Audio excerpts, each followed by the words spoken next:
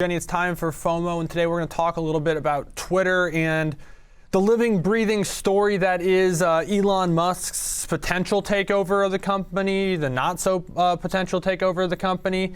Markets are always living and breathing. That's what makes them interesting. That's why we're allowed and able to talk about them on a daily basis and always have something to still talk about. But if there's ever been a story that's changing from like minute to minute, this has been the one. Oh yeah, this is like the first time I feel like I've ever actually followed Twitter, maybe more closely than just, the actual platform, because Twitter will really give you all you need to know about this story, because Elon Musk is tweeting about it. We have now former Twitter CEO Jack Dorsey tweeting about it. Then you have all these analysts tweeting about it. I mean, this has provided me, Alex, honestly, great weekend entertainment, because a lot of this news breaks over the weekend when we have markets closed, obviously. But the former Twitter CEO Jack Dorsey did criticize the company's board in a series of pretty ruthless tweets on Sunday. The board is currently considering that $43 billion bid from Tesla CEO, of course, Elon Musk, to take the company private. Now, Dorsey does still remain on Twitter's board, but has planned to leave once his term expires at the 2022 meeting of shareholders, which is scheduled for late May.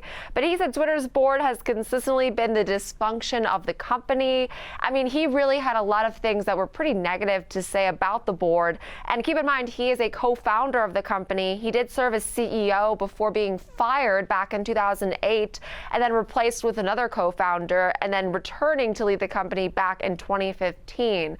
Despite this, he said he actually ended up with very little of the company and remains the second largest insider stakeholder after Musk at about 2.25% of shares. But the bigger news, I think, outside of Jack Dorsey, because I tend to just see this as more headline drama, Alex, is that on Friday, Twitter's board adopted a so-called poison pill, which is a limited duration shareholder right plan that would allow shareholders to buy the stock at a discount if any one person or entity amasses at least 15% of outstanding common stock with the board's approval. Now, the board said the plan would not prevent it from taking a deal in the best interest of their shareholders, but it would reduce the likelihood that any one person or entity or group gains total control of Twitter.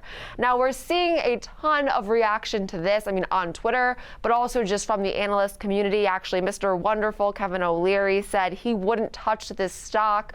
We're seeing Elon Musk saying that Twitter directors will not receive any compensation if he acquires the company. There's been a ton of headline risk in this name, which is why it's a great FOMO discussion today, Alex. But what we do know is that shares have risen pretty sizably since Elon Musk first showed interest really in this company. But right now, the volatility is hard to ignore. Yeah, he also, Elon Musk, that is, hinted at a potential tender offer using, I think he put like a song name with tender in it. So there's a lot going on here, Jenny. So much of it is speculation. I don't think it's, out of line to say that regardless of what happens, someone's going to be upset. There's likely to be litigation. The Twitter board is in many ways been put in an impossible situation. There's no way to make everybody happy, and in many ways, credit to Elon Musk probably for executing it in that way, to put pressure on them, to make this a real thing for them to consider if this is ultimately what he, as a person and an individual, wants to do in terms of acquiring this particular company at the prices that he's looked to do so at. As for how you potentially trade this, things to consider here, Jenny. It's far more binary now than it has been. And so we have a price tag on the table for, if it were to be sold. Mm-hmm. We know what that is, just under $55, at least now. That, of course, is a living, breathing number. That can be moved around. That could be increased to entice further. Other buyers or bidders could come in potentially. I don't know. There's a lot that goes on. Mm-hmm. But then also you kind of have that area where it gapped from below and think, okay, if this completely falls through and all of this hype and excitement was because of Elon's involvement, if that sort of ceases to happen, if he dumps the shares and adds a ton of supply into the market, maybe it works its way back towards those levels. Mm-hmm. I have no way of knowing one way or the other what's a likely outcome. I don't even know what a time frame for this could be. We also have earnings, I believe, not this week, but the next week. So that's something to consider as well. And so, Jenny, if you looked at the analyst notes, a lot of them kind of came from a equal weight hold kind of perspective. Again, they don't know the answers either. Some of them have higher price targets than others. But I actually looked at it and said, what is the fear of missing out here? I don't know. It could be to the upside. It could be to the downside. Or maybe it is, do you use that binary aspect of it as a potential opportunity here? And there's an opportunity for us to talk about a range-bound strategy, Jenny. So what I looked at was selling an iron condor, kept the risk fairly in line here, only dollar-wide strikes here on this particular iron condor.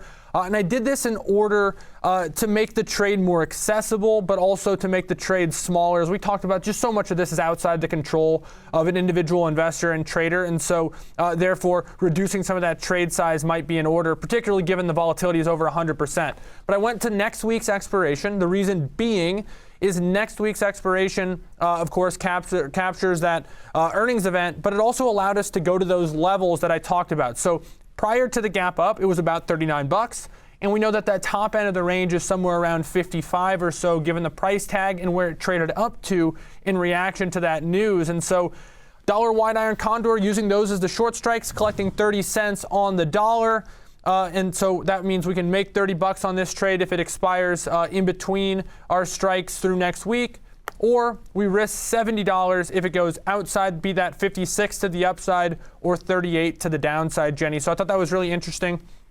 What I'm going to do here is show this risk profile, of course, which replicates what that looks like in terms of it's, again, like the particular name that we're talking about being a little bit more binary. This trade's somewhat more binary. It's either between our strikes or it's not.